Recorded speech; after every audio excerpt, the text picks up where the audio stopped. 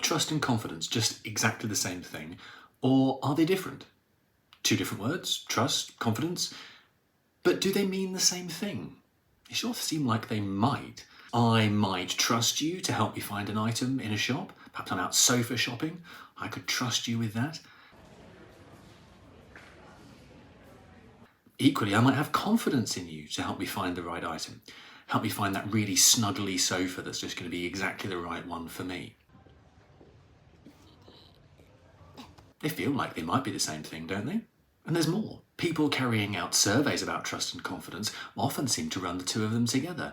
So for instance, you might have a survey carried out in an academic article, or you might have a survey that's carried out by someone like Gallup, and they might ask a question about confidence and then claim to have learned something about trust, or perhaps they might even ask a question about trust and claim to have learned something about confidence. And if we have a look at some of the literature outside philosophy, then indeed trust and confidence seem to get equated with one another all the time. Just to give you one example of the kind of thing that I mean, there's a paper by Islam and colleagues, and they stipulate that in the commercial context, trust is confidence in the company's consistency and honesty. So trust just is to be identified with confidence in some particular domain. Fantastic.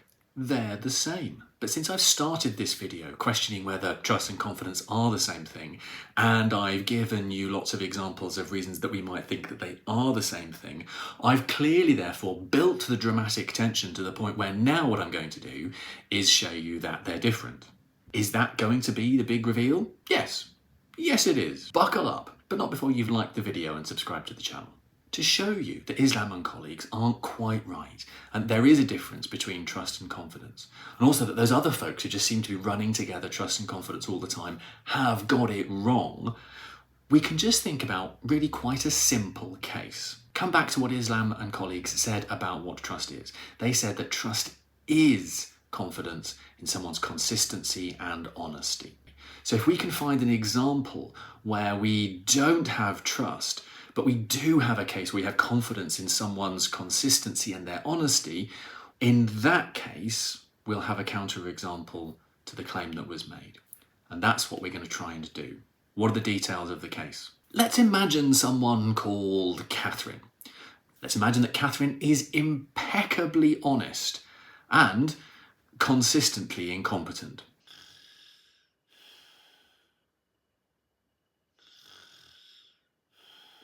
So she always tells the truth, but she always does things really incredibly badly. Give her a task and Catherine will make an absolute mess of it. We all know a Catherine, but none of us, I hope, trust that Catherine in our lives. She's a wandering vortex of chaos. She is not to be trusted at any cost, even if she is honest, kind, and perfectly consistent. Now, of course, the existence of people like Catherine and our attitudes towards them show that the analysis can't be quite right. Because here we have someone who is consistent, consistently wrong, consistently in error, but also perfectly honest. The original analysis said that wherever we have some instance of trust, what we have is consistency and honesty.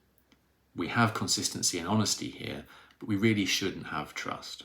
So, looks like the analysis doesn't work. If we stop and think about it, this should be pretty obvious to us. This idea that trust on the one hand and confidence on the other are pretty different things. Let me explain with a different kind of case.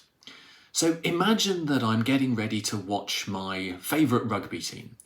They've been playing really well for most of the season, in fact. They had a bit of a wobbly start towards the beginning of things, but now they're playing really, really well, knocking out of the park every single weekend. I am delighted. Now suppose that they're about to come up against a top-flight clash with their bitter rivals. Perhaps my team is in second and this other team is in first. This team that's in first had a better start to the season, but has since been on a bit of a wavering run of form, whereas my team started wobbly and has been improving ever since. Now, in that situation, I could be absolutely confident that my team is going to win.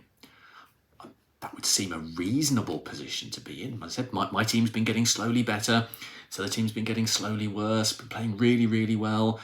Perhaps my confidence is misplaced, but I still could be really confident that my team's going to win. Do I trust my team to win?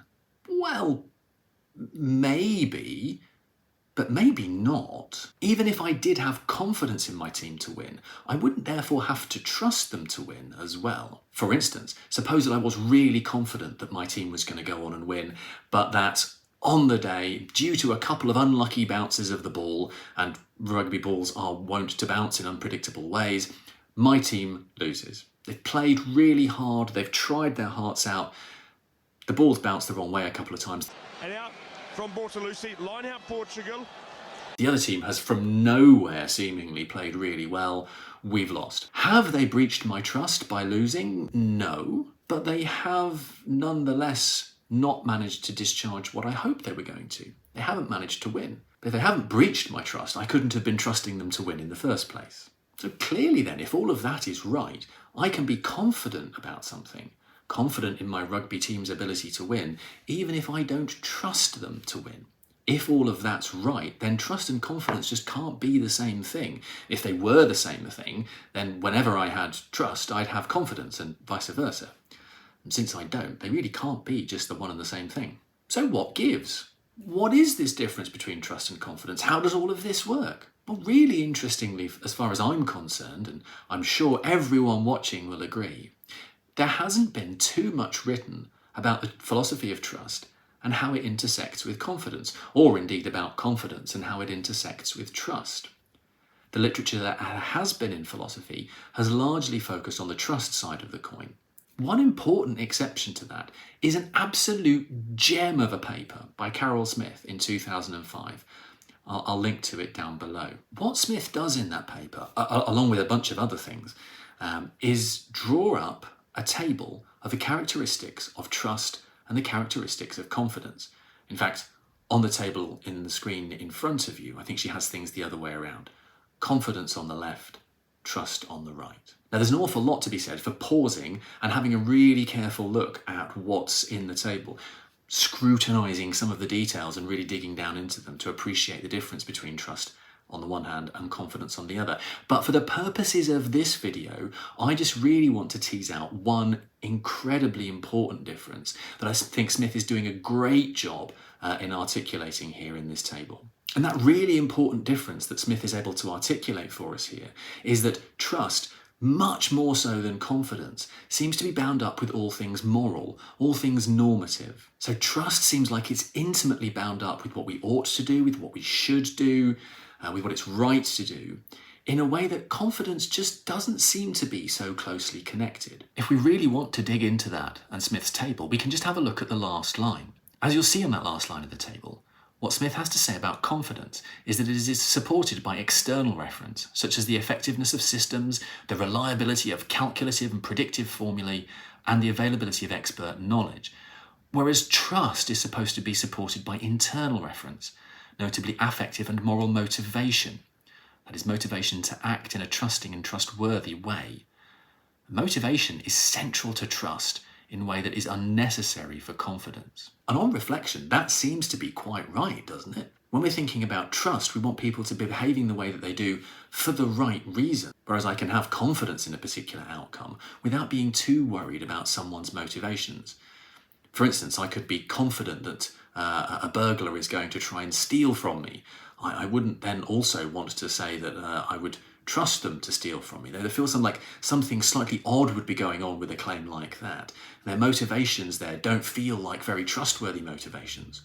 So it feels like trust is going to be bound up with that moral motivation in a way that confidence really isn't. And again, if we come to other examples, it's really easy to see that on reflection, of course, that's going to be a key difference between trust and confidence. Now that we've said it, everything like this becomes really straightforward and easy. But for instance, if I have confidence that my son is going to mow the lawn and he doesn't, then my likely response is going to be one of surprise. I was really confident he was going to do something, he didn't. Oh, that's really surprising. In contrast, if I was trusting my son to mow the lawn and he didn't, then it seems much more likely that my immediate response is going to be one of betrayal or frustration, or that feeling of a breach of trust that amounts to something like a betrayal. And that feels essentially moral and normative in its flavour, in a way that just being surprised that something hasn't happened really doesn't seem to be. And so there we have it. We started out with this idea that trust on the one hand and confidence on the other, These two things just seem to be the one and the same. We treat them as the same when we're measuring them in surveys. We might see them as the same when we're out sofa shopping. But actually, when we dig down into it, not even very far, the differences become apparent really quickly. Trust has this important moral dimension that confidence simply doesn't have. With all that said and done, I am confident that I can trust you to like the video and subscribe to the channel. Pop a comment down below if you've got any interesting cases you'd like me to have a think about. Until next time, stay suitably trusting.